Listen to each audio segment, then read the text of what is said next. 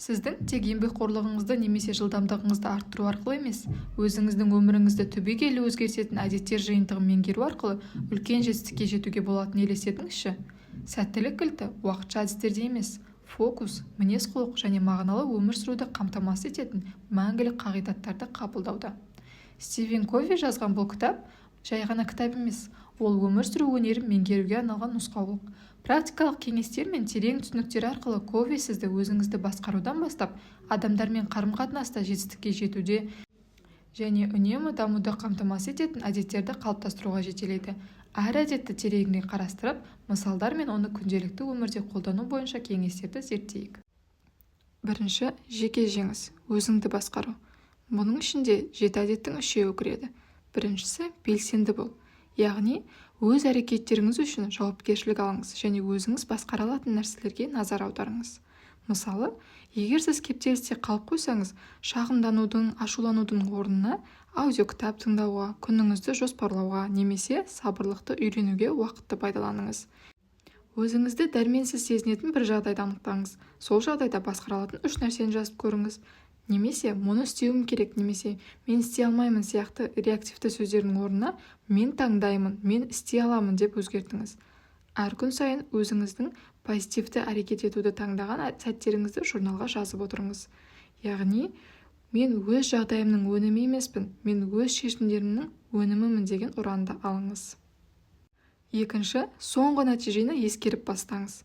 Ол үшін ұзақ мерзімді мақсаттарыңызды анықтаңыз және күнделікті әрекеттеріңізді соған бағыттаңыз. Мысалы, өз өмір баяныңызды жазып көріңіз. Өміріңіз бен жетістіктеріңіз туралы адамдардың не айтқанын қалайсыз? Бұл көрініс сіздің басымдықтарыңызды анықтауға көмектеседі. Ол үшін, мысалы, негізгі құндылықтарыңыз бен мақсаттарыңызды анықтайтын жеке миссияңызды жазыңыз. Мысалы, мен қолдау көрсететін доспын, қызығушылықпен оқитын үйренушімін және батыл көшбасшымын деп айтсаңыз болады. Әр таң сайын ең маңызды мақсаттарыңызға жету сәтін елестетіңіз. Үлкен жобаларға немесе шешімдерге қатысты бұл мен өмір сүргім келетін өмірге қалай үлес қосады деп сұраңыз. Яғни, айқын мақсатпен бастаңыз. Сонда қазіргі жағдайыңызды түсінетін боласыз. Үшінші, маңызды нәрселерді бірінші кезекке қойыңыз. Шын мәнінде маңызды нәрселерге назар аударыңыз, асығыстыққа емес.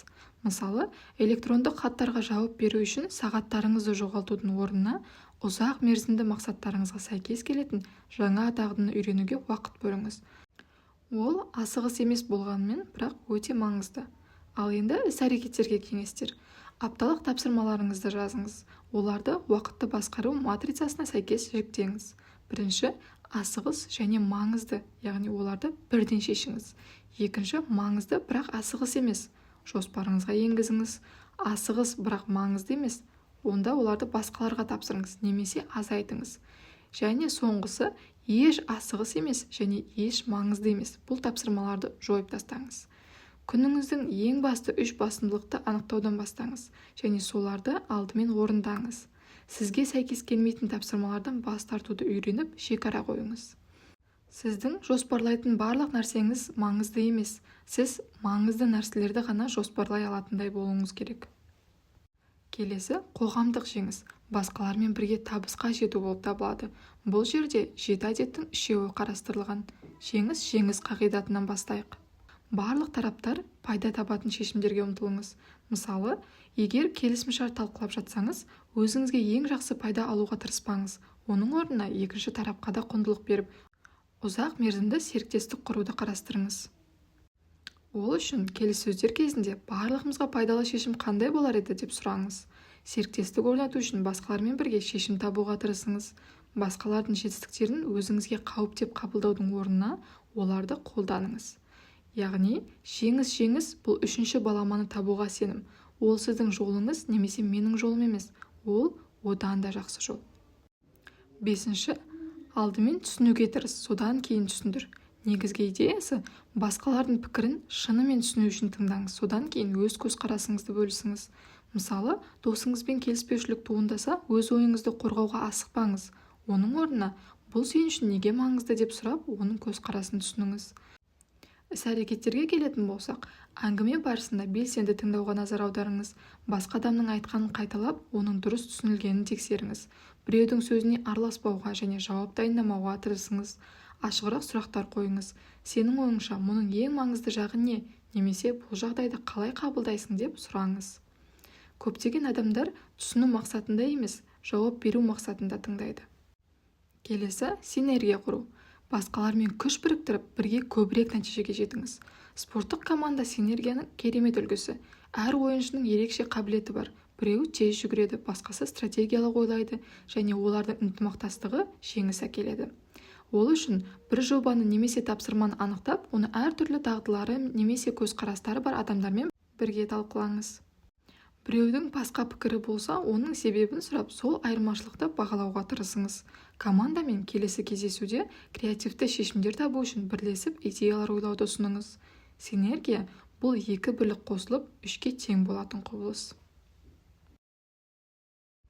Және соңғысы – жаңару, тиімділікті үнемі қолдау. Яғни әдеттеріміздің жетіншісі – құралды қайра. Өзіңіздің физикалық, ақыл-ой, эмоционалды және рухани бағытта үнемі жаңартыңыз. Ағаш кесуші бірнеше сағат бойы өткір емес құралмен ағаш кеседі. Егер ол үзіліс жасап құралын қайраса, ағаштарды тез және аз күш жұмсап кесереді. Сол сияқты өзіңізді жаңартып тұру тиімділігіңізді арттырады. Іс-әрекеттер үшін, мысалы, физикалық жаңару. Күніне 30 минут жаттығу жасаңыз, пайдалы тағамдарды таңдаңыз және ұйқыны жеткілікті алыңыз. Ақыл-ой жаңару үшін күніне кем дегенде 20 минут кітап оқыңыз, немесе жаңа дағды үйреніңіз. Эмоционалды жаңару үшін күніне бір адамға алғыс айтып, рухыңызды көтеретін адамдармен уақыт өткізіңіз. Рухани жаңғыру үшін күнделікті 5 минут медитация жасаңыз, дұға оқыңыз, немесе құндылықтарыңыз туралы ойланыңыз. Құралды қайрауға уақыт бөлмесеңіз, өз күшіңізді жоғалтасыз. Бұл әдеттерді бойыңызға сіңіріп, берілген қадамдарды күнделікті қолдану арқылы сіз өз өміріңізді өзгерте аласыз. Бұл саяхат сізді тәуелділіктен тәуелсіздікке алып барады. Онда ынтымақтастық пен синергия сіздің табысыңыздың қозғаушы күші болады. Кішкентайдан бастап тұрақты болыңыз. Және бұл әдеттердің сіздің өзіңіздің ең жоғары әлеуетіңізді ашуға қалай көмектесетінін көріңіз. Назарларыңызға рахмет. Лайк басып, комментарий қалдырып, бөлісуді ұмытпаңыздар.